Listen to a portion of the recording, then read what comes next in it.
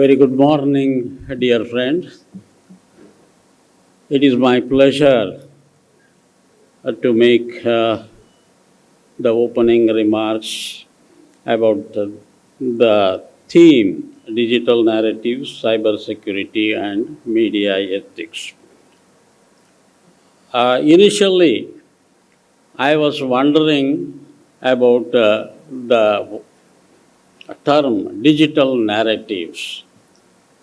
As a student of language and literature, for me, this appeared to be quite amusing. Amusing in the sense, when there is a narration, you are going to use the same rhetorical devices. The only thing is the way you structure it in the digital universe. For me, the digital universe is a chaotic universe.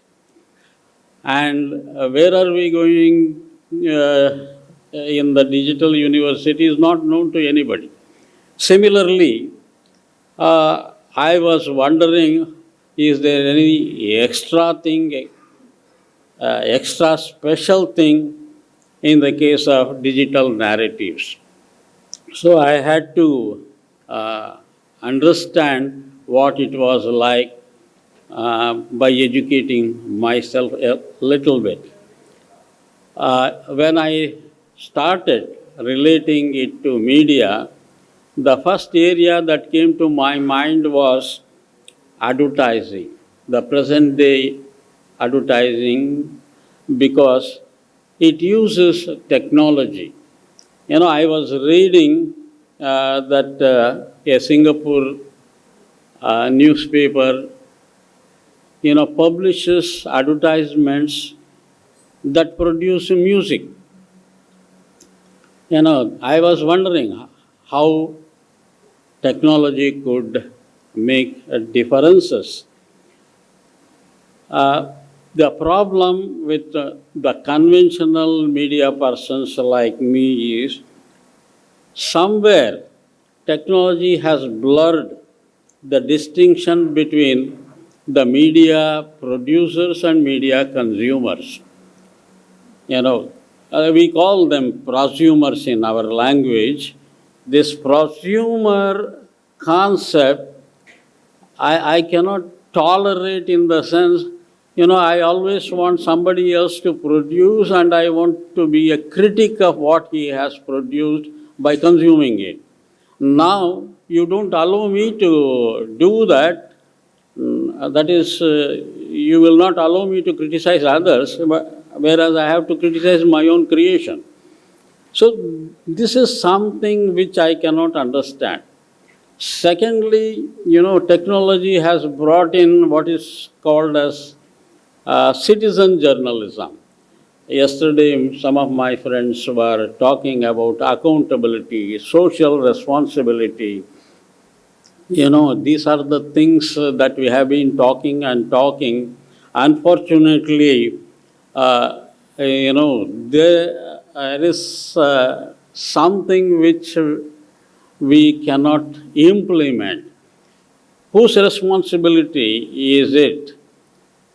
Social responsibility, do you mean the social responsibility of the media or the social responsibility of the corporate sector? Today the IT giants are the media giants. They have started buying all the media houses in the West, and now slowly things are, percolating towards India also. So the question here is how to decode the digital narratives which people are talking of. And as a literature student, I am worried about the type of decoding that we have to do. That is, where is the place for oppositional decoding? So I am quite worried about this, and the second worry which I expressed yesterday at the inaugural session was where is the place for ideological reasoning? See, I cannot live without ideology.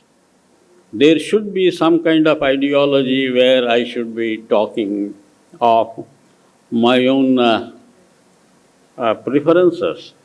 You know, I was reading a newspaper in Agartala, Tripura, quite a long time, and I read the declaration of a lady who said that the Communist Party, Marxist Party, she said in Bengali, Party Amader Pran. That is, you know, I loved it. Whether I like this, their philosophy, political philosophy or not, you know, the way she uttered, it showed a kind of commitment. So I was really not only, it was quite interesting and educative for me. Then today people are talking, even in journalism schools, they have started talking about storytelling. You know, now we are moving towards what is called as digital storytelling, because the old grandmothers have vanished.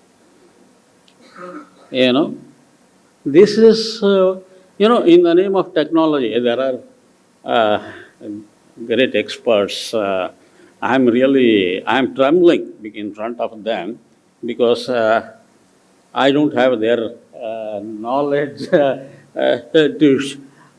contest or share. So that is what I am talking of. And people have started talking of interactive experience. I mean interactive literary experience. So that kind of, fusion of digital media and literature, it is happening. Not that it is not happening, but I am really worried about the process and the consequences.